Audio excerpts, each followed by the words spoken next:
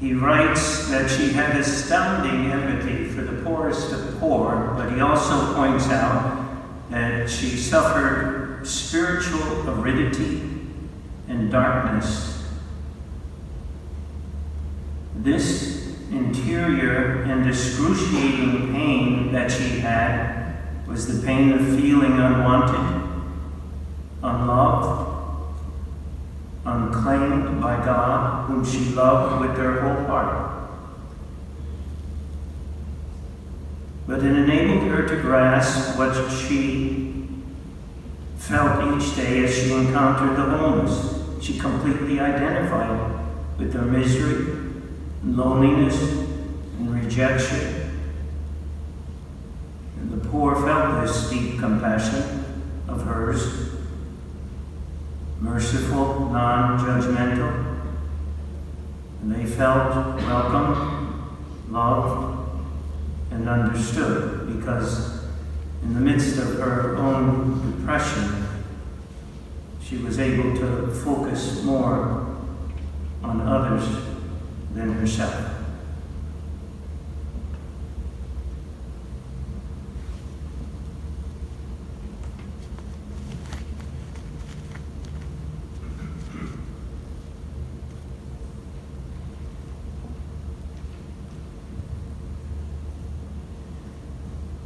So in a little while you're going to see a video from a bishop in India because we weren't allowed to have a person come and speak. He was assigned our parish. He would have been here, but he can't. So he's going to speak to us from India, and he's going to ask for help. I started my reflection by talking about empathy. Because what you give will depend on your empathy. It shouldn't depend on this talk.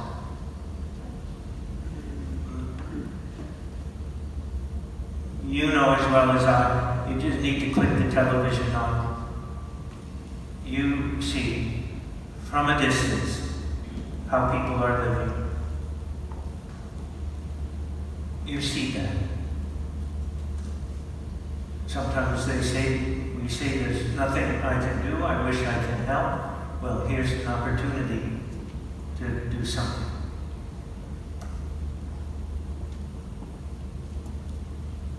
The struggles of the people that we see on television are compounded by the pandemic.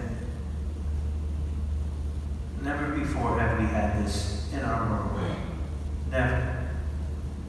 I mentioned it before, there are a lot of people standing up and talking as if they know what's going on. I'm very reluctant to do that, and I don't want to pretend that I'm the one that knows, because I don't know. Each day I take a step into the unknown. The gospel is different to me than it was before. It has to be, because the times have changed. The world has changed. I see things that I didn't see before. I feel things that I didn't feel before. I know what Mother Teresa went through because there's a period in my life when I struggled with depression. The time when I didn't want to get out of bed and come down here at all. I waited to the last minute. When nobody would have known that. I didn't walk around depressed, but I felt it. But there was something that when I came down here and started the Mass and started my day, I forgot about myself, and it was like not until the end of the night when I sat down and all of a sudden the day was gone and I didn't think about that the feelings started to kind of sink in again. Having mentioned Mother Teresa, there are two saints that I met. I met Mother Teresa and I met John Paul II in Rome, and we were having some meetings with the Congregation of the Sacred Hearts. We had a private conference with him. I have a nice picture of myself taken, patted me on the head, said something in Italian. I think it was something good. And when I went to see Mother Teresa, I was with another priest, and he just brought me along. After Mass, he said, we're going to have breakfast, so you come along. You just sit there because we're going to be talking in the Indian dialect. That's what they did. when we sat down, she brought an egg. And it was the first time in India that I saw an egg or had breakfast like that. So she brought an egg. I was so happy to see the egg. I got the egg, I ate it, and the next thing she did, I didn't see this at first, but she did a little bow like that. And the next thing, sister came out, she brought another egg. Wow, very nice. I get 2 eggs. So I ate that one, and the next thing she bowed again, and the priest whispered to me, he said, you're only supposed to have that one egg. He said, you're supposed to make it last for the whole breakfast. The more you keep eating the eggs, the more she's going to bring them. So make that one last.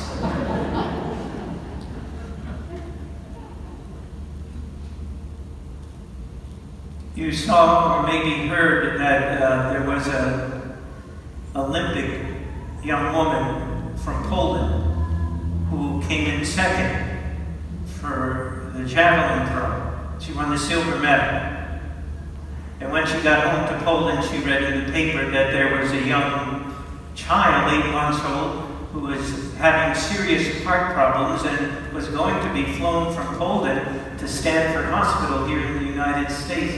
And they trying to raise hundreds of thousands of dollars to make that happen. They didn't think that it would happen, but the parents were doing anything to have it happen.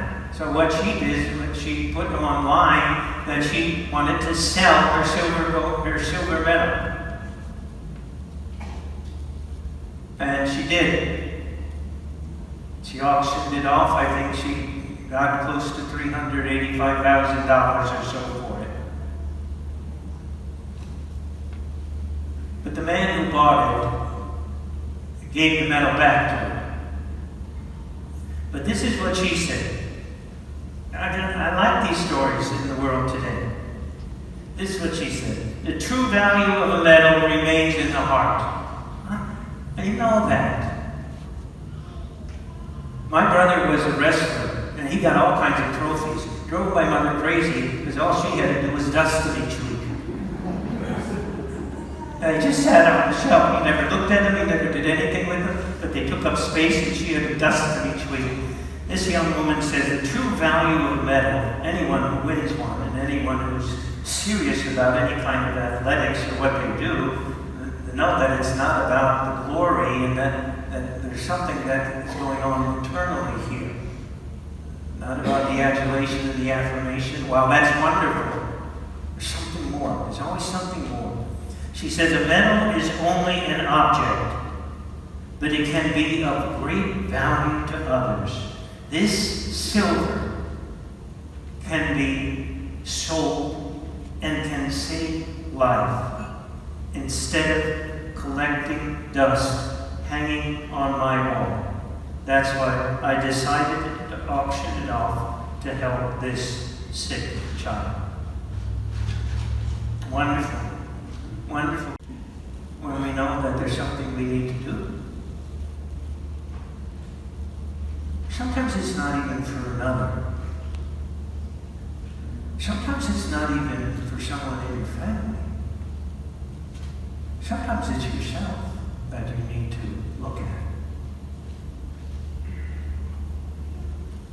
and see what might have been lost along the way.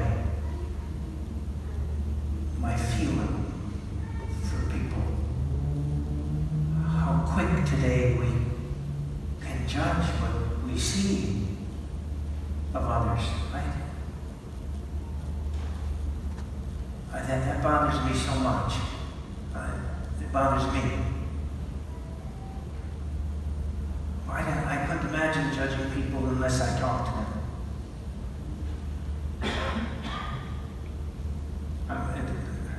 It's taken 73 years to come to that point. I don't want to engage in those kind of conversations. I'm not clear on what that does. It just seems to fight and agitate and aggravate. Some people thrive on that, though. Some people like that as a way of life and can stir that up in others. That's not the gospel. That's why these guys turned around and went a different way. Went back to the way they lived. They liked that way better. The way that Jesus is talking about is talking about trying to be for others who they need you to be. And to be moved so much that you do something. That you do something, because everybody sitting here can do something to alleviate the pain of someone else. You know that. I'm not saying anything new. And sometimes, as I said, it needs to be here. That I've been hurt so much because of this and that, and I don't want to carry that with me anymore and put it on you. Then at the end, they say, you have the words of eternal life. That's why we get up, that's why we come, to hear these words that give life. That's it. There's another way to live. There's another way to live. It might not be easy, it might not be the way that but it does give life. When you say please, thank you, and you're kind and gentle and tender and loving, it's another way to live. It's choices that need to be made, if we want to make them. Then it says at the end, we have come to believe. So, for us, gathered here today, whatever this bishop says from India, before he even says it, it's the question for you. What have you come to believe? Who have you come to believe in? That before he even opens his mouth, you're willing to say, I'm going to help people that I don't even know because they're in need. I have come to believe that that's the way of life that gives me life in return. You didn't need to hear that today, though. Because you have always been people that have been overly generous anytime I have asked for anything in the name of others. And so it's just a reminder for myself that I give this homily, but I stand in front of you to thank you for all the ways in which you have in the past done what I just got done talking about. God sees them. People's lives were changed because of your generosity. And I believe, I've come to believe, that more lives will be changed because of your generosity.